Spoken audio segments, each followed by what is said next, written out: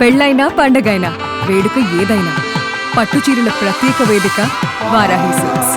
సాంప్రదాయానికి సౌందర్యానికి వారధి. ఓడిపోయాం పర్వాలా, ప్రతిపక్షంలో కూర్చొని ఉండం అది పర్వాలా, మళ్ళీ రీల్ వెనక్కి తిరిగి మళ్ళీ అదే రోజుకు మళ్ళీ తిరిగి వెళ్ళి కనీసం ఇలా జరుగుతుందని తెలుసు కదా ఇప్పుడు ఎలా చెప్తావు అని చెప్తే మళ్ళీ ఆ రోజు వచ్చినప్పుడు ఇదే విధంగానే మళ్ళీ చెప్తా.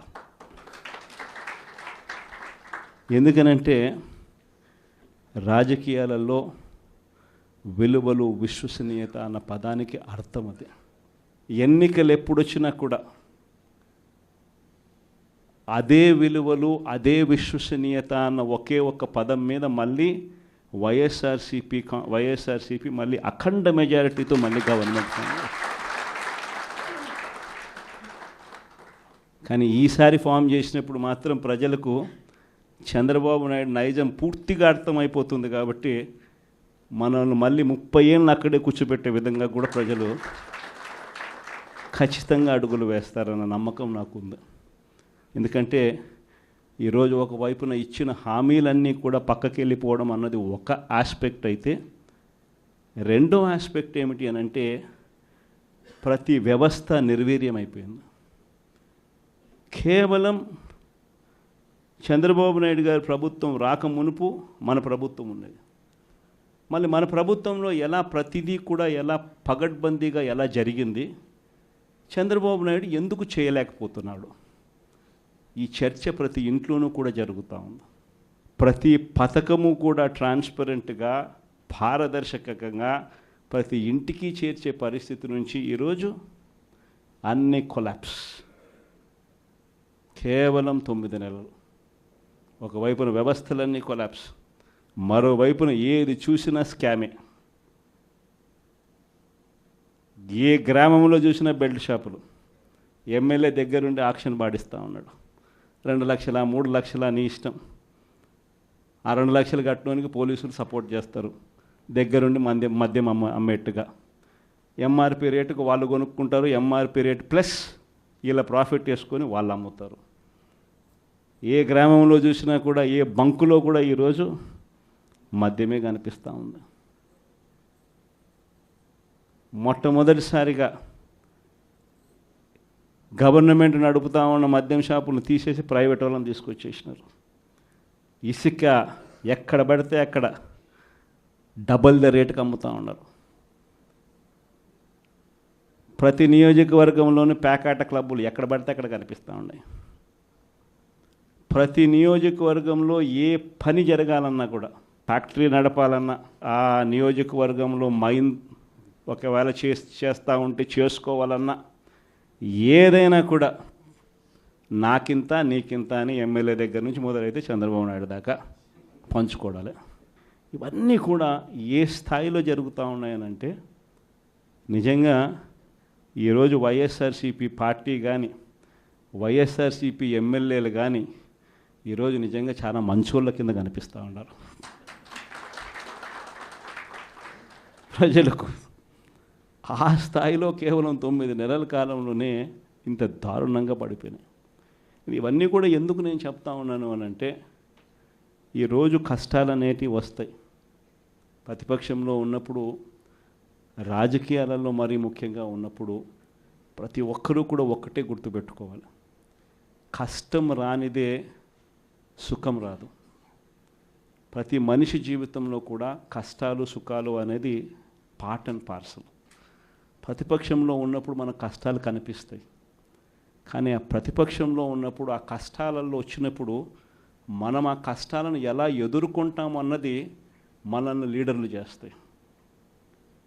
కష్టం వచ్చినప్పుడు మన క్యారెక్టర్ను మనం అమ్మేసుకుంటే, మన వ్యక్తిత్వాన్ని మనం అమ్మేసుకుంటే, ఒక్కసారి బాటిల్లో ఉన్న నీళ్ళు బాటిల్లో ఉంటే బాటిల్లో నీళ్ళు తాగుతాం. బాటిల్లో ఉన్న నీళ్ళు ఒక్కసారి ఇలా పడేసినామనంటే భూమిలోకి పడిపోతాయి, మళ్ళీ ఏరుకోలేం. క్యారెక్టర్ కూడా అలాంటిదే. ఒక్కసారి విడిచిపెట్టేసినాము అని అంటే మళ్ళీ దాన్ని ఏరుకోలేం. ప్రజల్లో చులకనవుతాం, ప్రజల్లో పలచనవుతాం. ఇది ప్రతి ఒక్కరూ కూడా గుర్తుపెట్టుకోండి. కష్టాలు అన్నటివి ఎల్లకాలం ఉండవు. ఎవరికి ఏ కష్టం వచ్చినా కూడా నా కథ గుర్తు తెచ్చుకోండి. 16 నెలలు నన్ను జైల్లో పెట్టినారు. నా మీద కేసులు వేసింది కూడా మళ్ళీ ఎవరో కాదు, అటు కాంగ్రెస్ ఇటు తెలుగుదేశమే. నా పిటిషన్లో ఎవరు పిటిషనర్స్ అంటే అటు కాంగ్రెస్ ఎమ్మెల్యేలు ఇటు తెలుగుదేశం పార్టీకి సంబంధించిన నాయకులు. కేవలం రాజకీయంగా ఎదుగుతున్నాను అని ఒకే ఒక కారణంతో దొంగ కేసులు బనాయించారు. 16 నెలలు జైల్లో పెట్టినారు. కానీ ఏమైంది? బయటికి రాలా? ముఖ్యమంత్రి కాలా?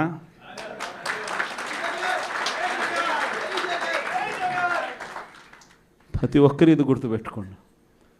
ఎవరికైనా ఇంతే. మహా చేస్తే వీళ్ళు ఏం చేయగలుగుతారు? దొంగ కేసులు పెడతారు, కాదండంలా బెదిరిస్తారు, కాదండంలా మహా అయితే 3 నెలలు లోపల వేస్తారు, అది కాదండంలా. కానీ ఏం చేస్తారు? 3 నెలల తర్వాత మళ్ళా వస్తాం, రెట్టించిన ఉత్సాహంతో మళ్ళా పనిచేస్తాం. ఎవరెవరైతే మిమ్మల్ని జైల్లో పెట్టే కార్యక్రమం ఎవరెవరైతే చేస్తారో, మంచి చేసిన వాళ్ళని గుర్తుపెట్టుకోండి, చెడు చేసిన వారిని గుర్తుపెట్టుకోండి. ఇద్దరిని గుర్తుపెట్టుకోమని చెప్తాను. ఊరికే చూస్తూ ఊరుకోం. వైఎస్ఆర్ కాంగ్రెస్ పార్టీ బ్రతుకుతుంది. వైఎస్ఆర్ కాంగ్రెస్ పార్టీ ఈ రాష్ట్రాన్ని ఏలుతుంది అని కూడా ఈ సందర్భంగా చెప్తాను. మరో 30 సంవత్సరాలు ఏళ్తామని కూడా ఈ సందర్భంగా కూడా మరి గట్టిగా కూడా చెప్తాను. కాబట్టి ఎవ్వరూ కూడా వైఎస్ఆర్ కాంగ్రెస్ పార్టీకి సంబంధించిన ఏ కార్యకర్త వెంటికి కూడా పీకలేడు అని చెప్పి కూడా ఈ సందర్భంగా చెప్తాను. ఇది ప్రతి ఒక్కరూ గుర్తుపెట్టుకోండి. ఒక్కటే గుర్తుపెట్టుకోండి, ఈసారి జగనన్న 2.0 కొంచెం వేరుగా కూడా ఉంటుంది. ఈసారి జగనన్న 2.0 కార్యకర్త కోసం ఎలా పనిచేస్తుందో కూడా చూపిస్తుంది. ఇది మాత్రం నేను ఖచ్చితంగా చెప్తా ఉన్నా. ఎందుకనంటే జగనన్న 1.0లో బహుశా కార్యకర్తలకి నేను అంత గొప్పగా బహుశా చేయలేకపోయి ఉండొచ్చేమో. ప్రతి పథకము ప్రతి విషయంలోనూ కూడా మొట్టమొదటిగా ప్రజలే గుర్తుకొచ్చారు. ప్రజలకు మంచి చేయడం కోసమే నా టైం కేటాయించా, నా తాపత్రయపడ్డా, ప్రతి విషయంలోనూ దానికోసమే అడుగులు వేశా. కానీ జగనన్న 2.0కి వచ్చేసరికి మాత్రం చంద్రబాబు నాయుడు కార్యకర్తలకు పెడతా ఉన్న ఇబ్బందులు చూసా, కార్యకర్తలు పడతా ఉన్న అవస్థలు చూసా, కార్యకర్తలు పడతా ఉన్న బాధను గమనించా. వీళ్ళ కోసం గట్టిగా మీ జగనన్న ఉంటాడని సందర్భంగా గట్టిగా చెప్తాను. జగన్ గారు కార్పొరేట్ సమావేశం ఏర్పాటు చేశారు. 2.0తో ఎలా ఉంటుందో చూపిస్తాము. త్వరలో 30 సంవత్సరాల పాటు మానే అధికారులు ఉంటామని చెప్తున్నారు. పార్టీ బయటతుంది ఏపీలో బతికే ఉంది. ప్రజలు ఇంకా 1.0 నుంచే కోలుకోలేకపోతున్నారు స్వామి. ఎంతమంది దళితులు చంపారండి, ఎంతమంది బడుగు బలహీన వర్గాలు చంపారు, ఎంతమంది మైనారిటీ సోదరులు చంపారు గత ప్రభుత్వంలో. ఇక్కడున్న నాయకులందరిపైన కేసులు పెట్టారు. ప్రజలకి స్వేచ్ఛ ఎక్కడుండేది గత ప్రభుత్వంలో? మేము బయటికి రావాలనుకుంటే మా గేట్లకే తాడు కట్టారు కదా అన్నాడు. నా పైన 23 కేసులు పెట్టారు, అటెంప్ట్ మర్డర్ కేసు పెట్టారు, ఎస్టీ కేసు పెట్టారు. శాశ్వత భూ హక్కు చట్టం అని తీసుకొచ్చి ప్రజల భూముల్ని కాజేయడానికి ప్రయత్నించారు. ప్రజలు మర్చిపోయారు అనుకుంటున్నారా? ఆయన ఎవరు మర్చిపోలేదు. ఎన్నికల ముందర కూడా నా ఇంటికి ఎవరు పీకలేరు అన్నారు. ఏమైంది? ప్రజలు ఎన్ని ఇంటర్వ్యూలు పీకారు చెప్పమని చెప్పండి.